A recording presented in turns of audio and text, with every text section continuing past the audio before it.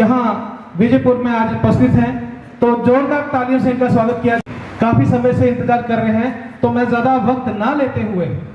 साहब से ही रिक्वेस्ट करूँ।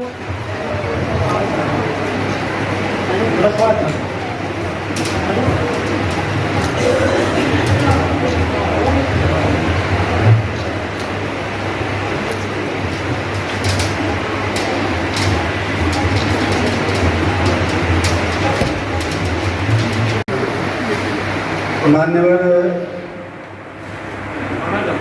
श्री कांसीराम जी के जन्मदिन के मौके पे जो विजयपुर के साथियों ने 15 मिनट मुझे रास्ते में लगा, तो इसलिए मैं आप लोगों से क्षमा चाहूँगा कि आप लोगों ने चर्चा में आते थे, जन्म से लेके एजुकेशन से लेके नौकरी से लेके नौकरी से रिजाइन करने वाला, ये सारे इशू पे आप लोगों ने चर्चा करता हूँ। क्योंकि मैं जहाँ भी जम्मू के लोगों के बीच में जाता हूँ, पंजाब में जाता हूँ,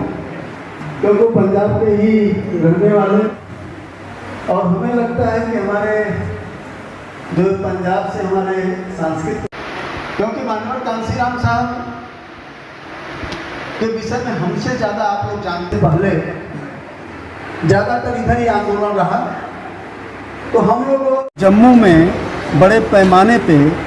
ये 4 जगह कार्यक्रम ऑर्गेनाइज किया गया है, और मान्यवर कांसीराम साहब का जन्मदिन बहुजन समाज पार्टी अपने संगठन को मजबूत करने, संगठन को मजबूत करके विधानसभा या लोकसभा का जो भी चुनाव आए मजबूती से चुनाव लड़े, क्योंकि मान्यवर कांसीराम साहब का मकसद ही था कि इस देश की जब तक पॉलिटिकल पावर इस दलित, पिछड़ा, आदिवासी या गरीब लोगों के हाथों में नहीं आएगी,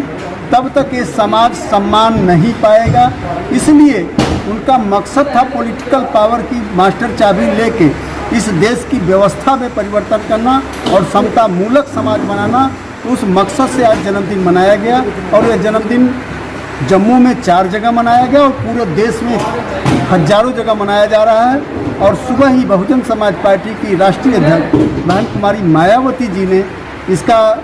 शुरुआत करके हम लोगों को डायरेक्शन दे के हर स्टेट में भेजा, और उसके तहत एक कार्यक्रम आज था। सर, जम्मू कश्मीर में लगातार जो चुनाव नहीं हो रहे हैं, क्या कहना चाहते हो? बीएसपी का क्या है? देखिए, बहुजन समाज पार्टी की राष्ट्रीय अध्यक्ष बहन कुमारी मायावती जी ने हम लोगों को जब चुनाव खत्म होता उसके दूसरे दिन ही मीटिंग बुला के ये कहते हैं कि आप लोगों को आज से ही चुनाव की तैयारी में जुट जाना चाहिए। तो हम लोग तो हमेशा चुनाव के लिए तैयार हैं, हमारी नेता कह रही है बार बार। अब वो तो सरकार और चुनाव आयोग के ऊपर डिपेंड करता है कि वो चुनाव कराएं, लेकिन हमारी पार्टी का मानना है कि चुनाव कभी भी कराएं, क्योंकि लोकतंत्र तो हम हमेशा चाहते हैं कि लोकतंत्र रहे, तानाशाही न चले। सर, प्रॉपर्टी टैक्स लगा रही है कि जम्मू कश्मीर में? मुझे लगता है कि जम्मू में प्रॉपर्टी टैक्स क्या इस समय बहुत सी चीज़ें चल रही हैं जो जम्मू के लोग कभी सोचे नहीं होंगे। लंबे समय से उनको ये भी नहीं पता था कि ये ज़मीन गवर्नमेंट ले लेगी हमारी, वो गवर्नमेंट ज़मीन लेने को तैयार। उनको बिजली की इतनी लंबी चौड़ी लिस्टें, बिल, सड़कों पे टोल, और इसके बाद और कुछ परिवर्तन हो या ना हो,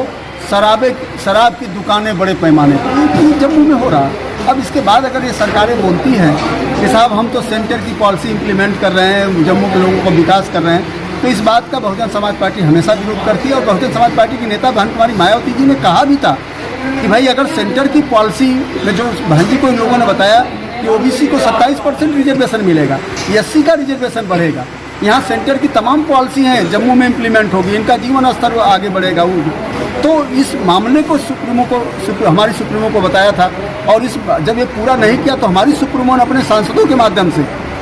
पार्लियामेंट में इस बात को रेस कराया है, और अभी भी कराएंगी, कंटिन्यू लगी हैं कि भाई जम्मू में सेंटर की पॉलिसी इम्प्लीमेंट हो।